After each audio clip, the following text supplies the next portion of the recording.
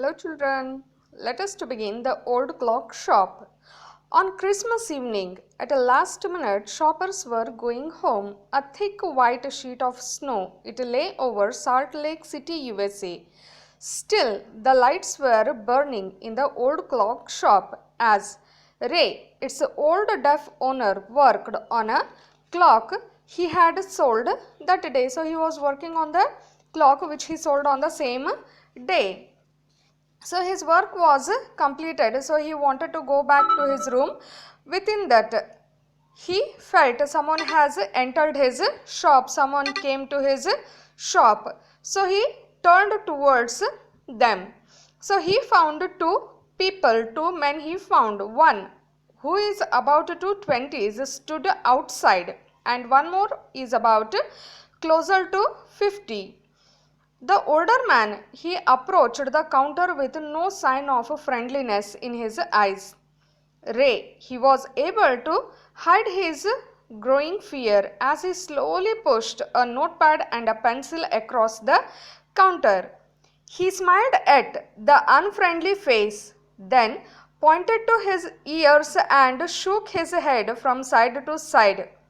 A quick look of surprise changed the man's face as he studied the notepad, then turned and said something to his friend. Ray used the chance to look closely at the man, paying attention to the shape of a gun and a restless hand in a man's right coat pocket. Anger boiled within him, but Ray kept down by an inner voice that said, "Be still." So here Ray, he wrote on a notepad that, "May I help you?" So before that, he said that he is a deaf.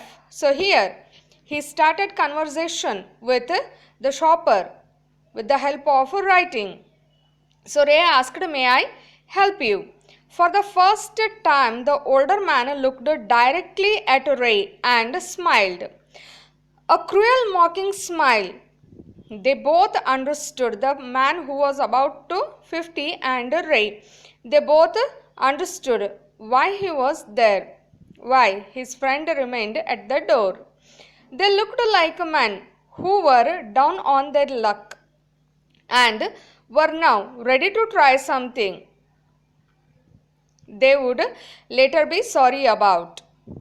The clocks ticked on. The clocks were making sound. So here Ray, cool, calm, being cool and calm, he wrote another message.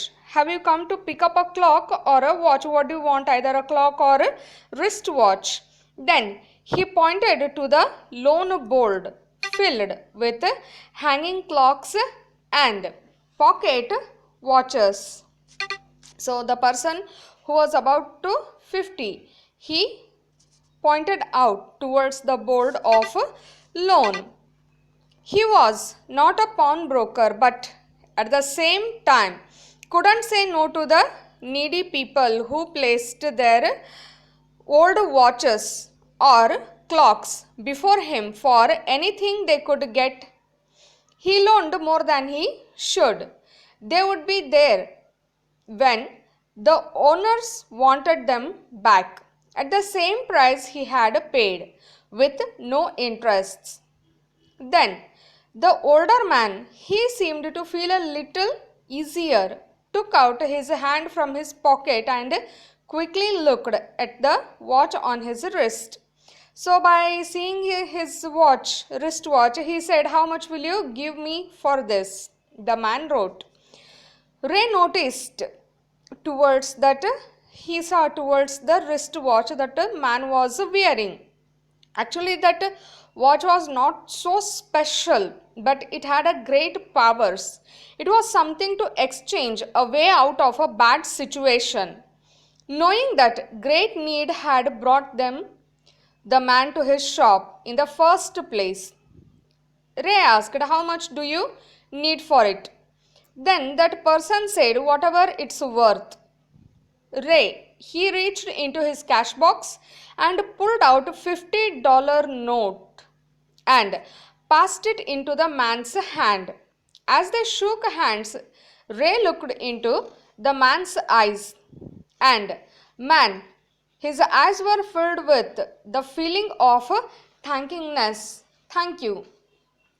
Actually, Mr. Ray and the person who was about 50, they both knew that the watch wasn't worth that much.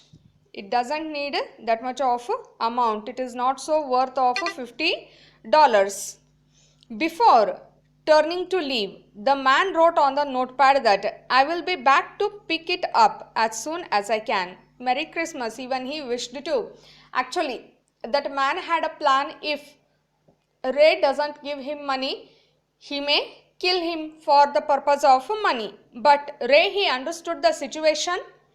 He kept calm and he gave $50 for such kind of watch which was not so special. So here that man felt so happy. The little story ended on the half hour with the clocks striking all together. The timepieces, which had been looking on silently all the while, rang out the time with such feeling that even Ray thought he could hear them. Their sweet musical message was filled with hope. The timeless message of peace on earth, goodwill towards all, was felt by the three men who stood in the old clock shop. Good day, children.